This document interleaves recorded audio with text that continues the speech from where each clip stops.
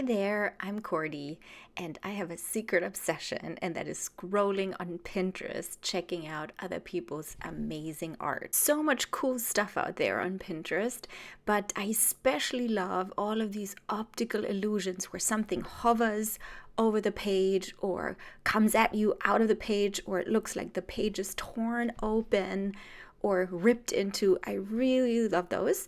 So I thought it would be really cool to try something like this out. So I picked this drawing of the fish hovering on top of the page. So I thought it would be cool to maybe draw something else that's hovering on top of the page, something that's not too difficult to draw, that is made out of easy shapes. Oh, looks like my mind has been made up for me already. Little dragons have slipped into my sketchbook, so let's draw those. This is what we're going to need: a pencil, an eraser, a paper stump, and a brush pen. So let's start with a line of action our cheeky little baby dragons are going to be in. They're chasing each other, so it's two half moon shapes.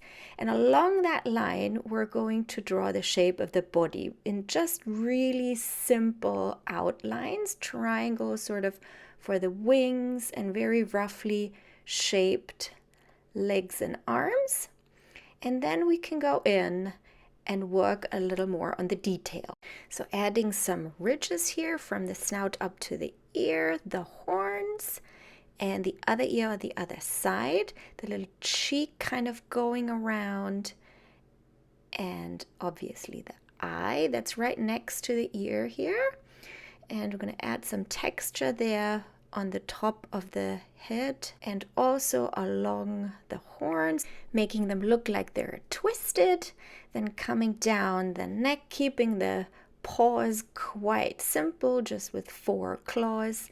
And then we're going to add a little bit more detail to our wings. We're going to start drawing the skeleton of the wings first, so you can go as elaborate or simple as you like, adding the skin in between the bones with a little detail, and on the other side as well, making it look a tiny little bit different. The two sides are always different. And then tightening up the body a little bit, making it a little slimmer in the center, and then adding the back legs. One is stretched out and the other one is sort of tucked under, and the tail. Here we go. Now from behind the head all along the line of action towards the tail, we'll add some ridges, and if you like, you can add some details to the head.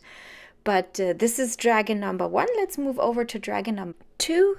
Same thing here. We start out with the simple shapes, and the body is pretty much going to be drawn the same way. It's just the head that is in a different perspective. So let's go in, add some details here, the cheeks, the ears, and the horns, giving it a little smile, and the eyes with the snout coming down the front, and the nose. I'm going to add some twisted horns again.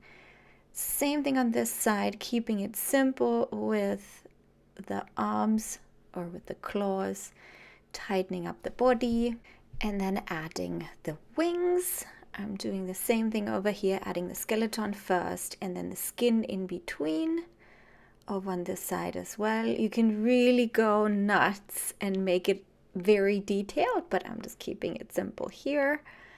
And then the leg that's tucked under and the one that's stretched out, and then a little definition in the tail, and adding our ridges on the back. Here we go. Now grab your brush pen, and we're gonna outline our dragons.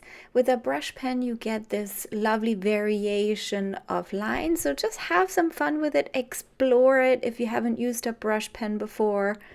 I really love it because it makes it a little bit random and interesting, to be honest. So here we go, outlining all the edges. Ideally, the places where the light hits the dragon, you want the line to be nice and thin, and on the areas where there's shadows, the line can be a little bit thicker, which means you would press down a bit harder onto your brush pen. So with our next step, adding the shadows, we're actually adding some magic. So you want to use your pencil and your paper stump for this.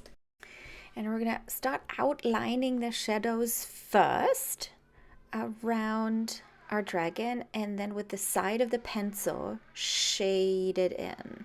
So the edges of our shadows, when they're really sharp edges, it shows us that there's a very sharp light. So if you like that, you can keep it like that. Or if you are going for the soft light, you can use the paper stump like I do here and just soften the edges a little bit to make the edges sort of blur into the paper. It's also really effective to make the center of the shadows a little bit darker than the outside. So here is our second dragon now, adding the shadow underneath the head, underneath the claw, and underneath our wings and legs. Outlining it first, then you can kind of check, does it look right? And if it does, you can shade it in with the side of your pencil, making it really pop off the page. This is my first time trying something like this, so I'm hoping that you find it interesting and you give it a go as well. It's not too difficult to do, so don't be shy and try it. Here is my end result, my cheeky little dragons chasing each other. I did add some color to them using my Inktense colored pencils.